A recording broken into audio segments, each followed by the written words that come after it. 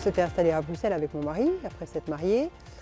Et puis on a eu envie de retourner à la campagne, on cherchait un projet, on avait entendu parler du vin belge, il n'y en avait pas beaucoup mais il y en avait quelques-uns. Et on s'est dit pourquoi est-ce qu'on ne planterait pas un vignoble autour du château de famille à Bioul.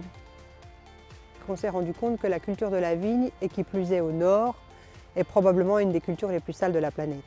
Les plus gros problèmes de la vigne sont des champignons et que plus vous accédez au climat nord, humide, au plus les champignons se développent. Quand on entend parler des cépages dits résistants, des cépages américains qui sont résistants à ces maladies et des vitis vinifera classiques, on s'est dit là le projet il tient la route, on va pouvoir se lancer.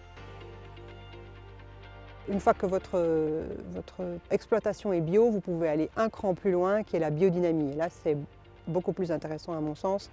Et donc la biodynamie va régénérer les sols, régénérer la plante et la plante va pouvoir se défendre de plus en plus toute seule grâce à ces micro-organismes qu'on va lui donner. Sur ces pâtures, on a décidé d'y ajouter des haies qui permettent la biodiversité des oiseaux.